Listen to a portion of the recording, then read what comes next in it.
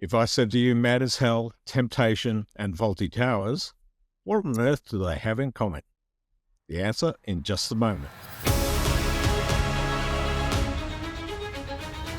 Performer, writer, quiz show champion Stephen Hall. Thank you for being here. Hello, John. Oh, and hello, everybody watching and listening. Thanks for having me. When you talk about someone who's done it all, that's Stephen. You were host of Under Melbourne Tonight on Community Channel 31, Memories and Learnings. That was ages and ages ago. Channel 31 was only just beginning, and before that, we did this show on RMI TV, which had its own studio to teach people the ins and outs of production. So, with a bunch of other friends, we put together a sort of a weekly live variety show, and Channel 31 came along, and we did it for, I think, about 4 years. And it had a format. It was live every week, and we had bands on and guest bands and comedians on. Lots of comedians who went on to become sort of household names, and some bands. So Tism came on once. We had John Safran's rap band. I think they were called Raspberry Cordial, and we had lots of alternative bands, including the Fuck Fucks, which had Fred Negro out the front, A having kids intimate band, relations with the obviously. Cadillac. That's right. Yeah, that's right. Forerunner to the Wiggles. And we spun off a few little game shows from it called Under Melbourne Tonight presents What's Going On There? And we had another show called Under Melbourne Tonight presents Who's Shout? So it was a really fun time where we learned as we went, and learned a lot about making live television. And you got a bit of a following too, although hardly anyone could pick up Channel 31 on their TVs back then. And now there's internet for that, community TV. Indeed. And Channel 31 is still going strong, and they're still making all sorts of interesting and innovative shows. And they have their yearly awards, the Antenna Awards, and I was very honoured to be asked to be on the judging panel of that. So I've seen quite a few of the shows that they're putting out to this very day. And it's good to know that sort of independent alternative space is still there, and teaching people the ins and outs, and coming up with all sorts of diverse content, catering for every single market, which you don't get on free-to-air or the streamers. Given that, the recent experiences with Colbert and Kimmel, do you have views on that? Oh, well, it's a symptom of America, isn't it? Whatever happened to, I may not agree with what you say, but I will defend to the death your right to say it. I think, America's pretty broken, and for the last 9 years, they put a lot of work into ensuring that truth is no longer at the top of the tree, and opinions are as important and as valid as facts. There's alternative, back in 2016 when Trump got in, that whole thing about, these are alternative facts. They put a lot of work into that, and that's reaping, it's paying off now. And I think the downgrading of truth and fact in favour of opinion and invective is, I think the system is working as it was planned to, sadly. And I think America will take a long time to go back to democracy where truth is king. I think the damage that's been done will take a long time to undo. What do you think it says about tonight shows? Tonight shows on free-to-air, America can and always has supported them. They sort of go hand in hand with the existence of free-to-air television itself. Tonight shows go back to the 50s of Jack Parr and everything, and they've been a staple, and it has been able to support the three big ones. But one of the arguments about Colbert's axing was that it costs too much. And the landscape has changed. With all of the media everywhere else, the internet and streamers, people don't gather around to watch, one of the three big channels anymore as a community thing. So maybe the days of tonight shows are numbered, because we just don't consume media the same way as we have for the past few decades. Perhaps we can do one on the internet. Great, let's do it. I'm in. Our first guest tonight. Okay. Oh, it's me. Yes, it's you. Yes, it is. You can Sweet. interview yourself. Excellent. Oh, I'll take myself to task over a few things. Don't you worry about that. You worked as an actor in your early years. You notably had a role on Neighbours. Tell us about the character and that experience. Well, yeah, I'd always wanted to write and perform, even in school. There was some school plays. And I started doing stand-up when I was 17. And as soon as I finished school, I got an agent and did a few little commercials and things. And one of the first jobs I got was this really small part on Neighbours as a neighbourhood bully called Buff. And Buff was a nasty piece of work who terrorised the young stars of the show and did nefarious things like stealing out of the charity jar on the counter at the coffee shop, kidnapping Bouncer, the Ramsey Street Labrador, which was the absolute, depths of depravity. And I kidnapped Bouncer and locked him in a shed until I got my comeuppance, and they turned the tables on me and shoved me into the shed with a ferocious German shepherd who was one of the guard dogs at Lassiter's. And they forced me to sign a confession. But this character called Buff, also rode trail bikes in a national park and pushed over an old age pensioner in a national park. So on the scale of crimes, it's up there. So you had to ride trail bikes. Yeah. Did all my own stunts except for the ones I didn't. And so Buff was on for about 6 weeks, and then that was really fun and great. And I thought, wow, I've arrived. This is it. Because at the time, Neighbours was huge. And it was big in England, and I thought, I did sort of dare to dream. And we watched it, like my sister and I watched it religiously. And all of the main four characters, Kylie Minogue, Jason Donovan, Guy Pearce, and Annie Jones, all did their year 12 at the same time we were doing our year 12. They did on the show. And so I really felt a connection to them. Anyway, Buff was in it for about 6 weeks. And then a year later, Buff came back for about 1 week. And then a year after that, Buff came back for 1 episode. So diminishing returns there. But it was fun. And I do remember the first time I got recognised by a little 10-year-old girl asked me for my autograph. And I just thought, I can get used to this. Didn't happen very much though. You also appeared in Romper Stomper at that time. That's the role that propelled Russell Crowe to stardom. What was your role? I'm in it for a couple of scenes. There's a bunch of friends of the gang come down from Canberra, and I'm one of them. I'm an ex-skinhead who's joined the Navy. Sure. And so I've got short haircut, similar to what I've got now, and in a very snug-fitting sailor suit.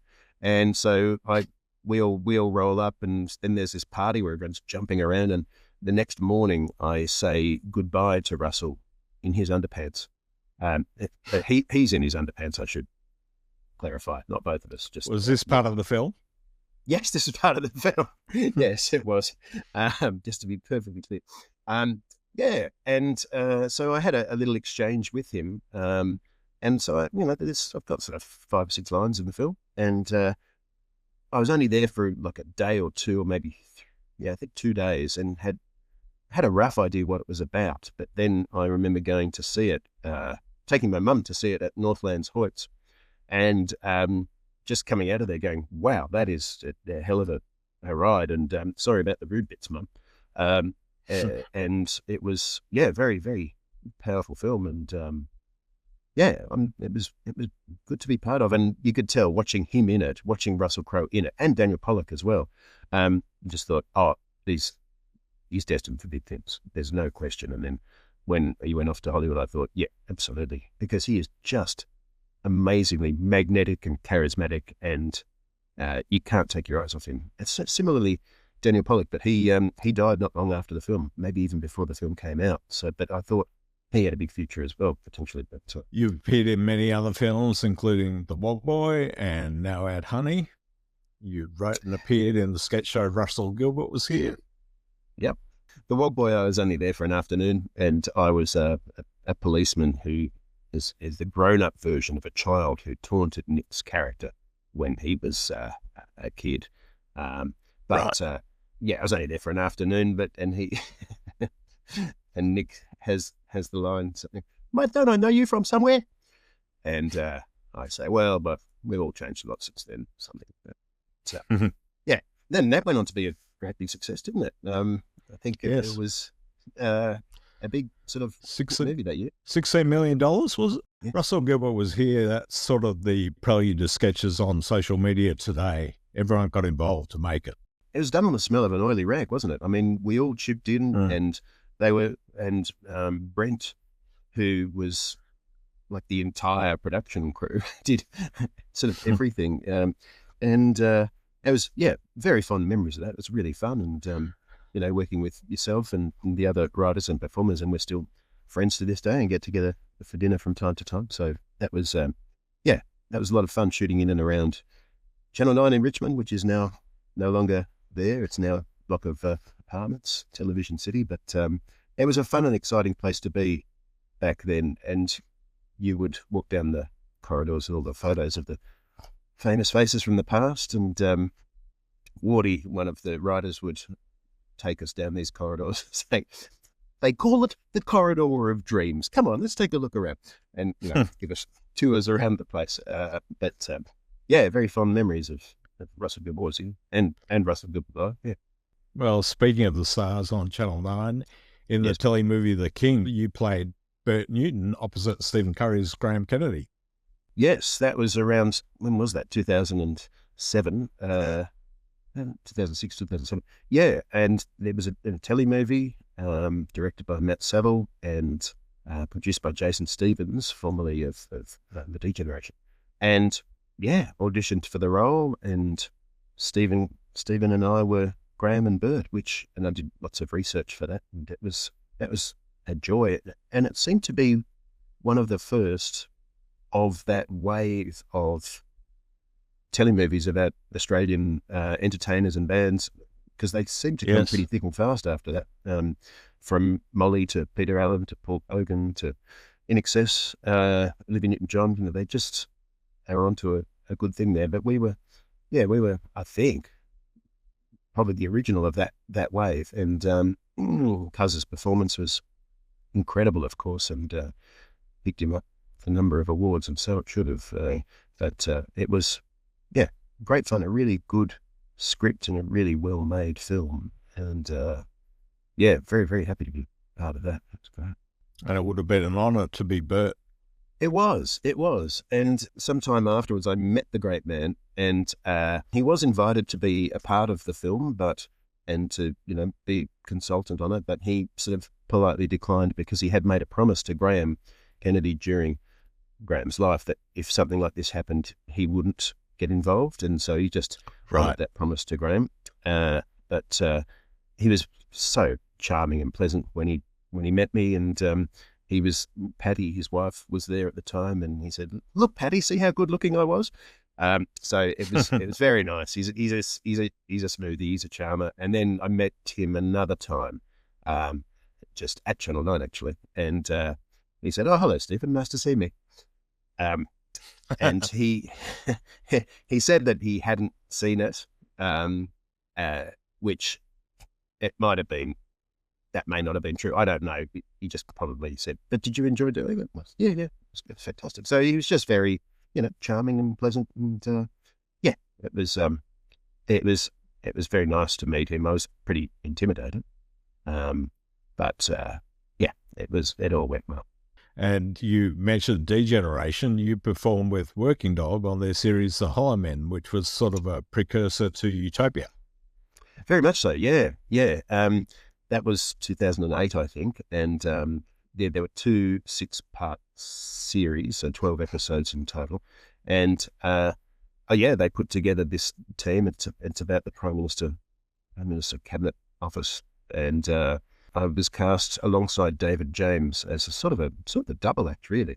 Warren and Philip, and my character was called Warren, and we were the nerdy, boring ones who they always dreaded coming around, and who couldn't stop doing PowerPoint presentations. And Rob Sitch was always ducking out of rooms to avoid dealing with us. And that was dream come true, because growing up watching D-Generation in the late 80s, early 90s, the D-Generation sketch show and D-Genocide and the Late Show on the ABC, they were absolute heroes of mine. And one day we were doing a scene, and I made Rob Sitch laugh and ruin the take. And I thought, I can die happy now. That's great. That's great. Yeah, I made Rob Sitch laugh because, oh God, he's so good. He's so good at that Mike Moore character, the unintelligent wanker. He's so good at that, and he played a version of that character in the Hollowmen. I used to think that the character wasn't Mike Moore, but he's probably Mike Moore's cousin. And as when it comes to that sort of dumb person pretending to be smart, nobody does it better than Rob Sitch. It's so good.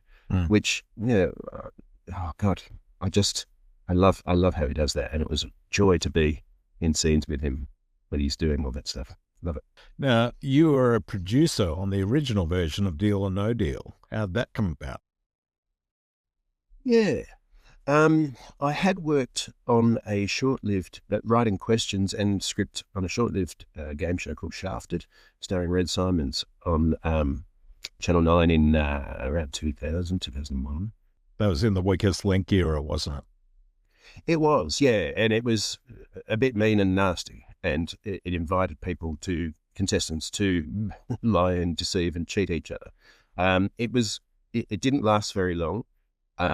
It was quite often just feel bad television. They would promise that they're going to share and then not share at the last minute, and we all went home feeling like we needed a shower. Awful. But the producer of that was starting up Deal or No Deal over at Channel 7, and they'd just got the rights. It only existed in the Netherlands as part of a larger broadcast, so it was quite embryonic back then. And they were doing an Australian version of it, and he liked my work on Shafted, so he got me in. And the show originally, Deal or No Deal, went through many format changes. Originally, it had some general knowledge questions in it, and the host, Andrew O'Keefe, needed a writer as well to flesh it out. So that was me. It started out as an hour-long show where games was split over 2 episodes sometimes, so once a week. So there's lots of fine-tuning of the format itself, and then eventually the format evolved and morphed, and I was sort of in on the behind-the-scenes discussions of these things, into one game equals one hour episode. And then it got shifted and changed even more to the format we now know, where it's half an hour, one game in half an hour, which can be stripped 5 nights a week across at the 5 p.m. time slot, or 5:30 lead into the news, which is a very important time slot for networks. And I think, were the first version of Deal or No Deal in the world to make it a 5-night-a-week stripped show, and now it's playing in goodness knows how many countries under that format, and I just wish I could get royalties for that. Man, oh man, if I got royalties for that, because I did have some input into the format. Just thought, anyway, I'd signed the contract. So yeah, that was Deal or No Deal, and so I was writing it, and then I sort of got promoted to being a producer on it, which is some of the same duties, and I learned a lot about producing from the show's original producer, Stevie K. Murray, and he was such a great teacher, similar in age to me, but a great mentor, and I just learned tons and tons of stuff from him, and which I carried on to my role as producer on it. Yeah, it was a great sort of learning experience, and Andrew at the time and I'd known Andrew O'Keefe, the host, because we worked together on Big Bite the year before. And, he was so good at it. He really was. And because Deal or No Deal is essentially a blind guessing game. And yes, he made it interesting. And he appeared like he was interested in it, much as Grant Denyer does now. I mean, it's there to be enjoyed and to have fun had with it.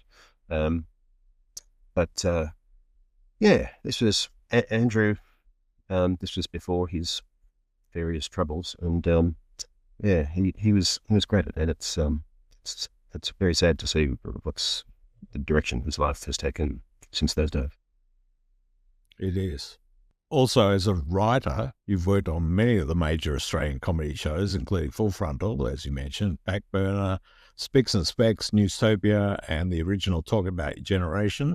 Yeah. You also wrote for a little show called Sean McCull's Mad as Hell, and then you became a regular cast member and, amongst other things, showed your incredible talents with impersonations. What was it like working on Mad as Hell? Well, it was wonderful. I mean, that was a real sort of highlight of my life, really. To get to do that, and I remember working as a writer on Full Frontal and watching the cast each week go down and do their sketches, do all the various characters in front of an audience. I just thought, oh man, I'd love to be on that side. I'd love to do what they're doing. And years later, I got to do that on Mad as Hell.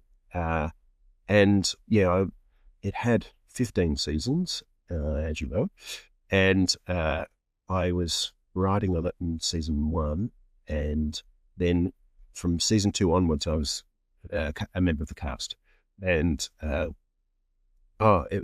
didn't get any better than that. It was really, I loved it so much, and each week when the scripts would arrive, it was like Christmas, unwrapping these scripts and what have they got me doing this week, and the scripts were so good, like so consistently brilliant and funny and trenchant and intelligent and silly, and they really pushed you and stretched you, and they invited as well all of your creativity as an actor and coming up with new characters, because you sort of have to just come up with dozens and dozens of characters off your own bat, and there's no time for anyone to sit with you and have long, complex discussions about character work. You just do it on the run, and if a character works, they bring it back. And so that was very much my happy place for 10 years, and that's unheard of. A show in Australia to run for 10 years, a comedy show to run for 10 years, is just unheard of. And I feel sometimes like I've had more than my share of good fortune, like more than one person can reasonably expect in a career as transient and unpredictable and feast or famine as this. I feel like I've had much more than my share of good luck. So I've had like the luck of 10 men. But yeah, joy. Well, there's talent in there that leads to it. And yes, I'm very talented. I'm great. I'm brilliant. And so modest. You mentioned the script on Mad as Hell, and there was a lot of dialogue to learn, and it sometimes changed dramatically. Yeah. The dialogue we did. I don't think I'm speaking out of school to say we did get some assistance from AutoCue in the studio, but when you're out on location, of course, sometimes there's no AutoCue on location. So there's sometimes, I remember this one sketch, or 2 sketches actually, where I had a really, really long monologue. I had like a walk-in talking to camera, and it started off, I think it was about overpopulation, and it turned into a real rant. And in typical McAuliffe-esque fashion, there were lots of long words and really complex ideas, and and I just remember just drilling it, and we got there, and it took like 2 or 3 takes, I think, but and I was really quite proud of that, because that's when you're an actor, that's when you're really sort of on your mettle, and of course there's lots of people depending on you and waiting around, and time is money and all that sort of stuff, and we're on location and they're stopping traffic and stuff, and so you want to not waste everyone's time. You work hard, but that's the gig. And as I say, in the studio using AutoCue, there are ways to use AutoCue without looking like using it, and you can learn the script and just sort of refer to it and also not make your eye line a slave to it. And Sean is absolute master of this, because of course he's on AutoCue for the whole show, because how could anybody not be? How could anyone in that role not be? And he makes it look like he's not reading on it. He makes it look conversational, and he varies the pace, and he does all of these technical things that make it look as natural as anything. And I just watched and learned from him.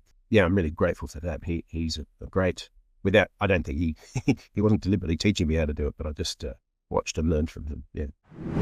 Coming up in part 2. I do remember once on location with Francis, both of us looking at each other and saying, yeah, these are the good old days.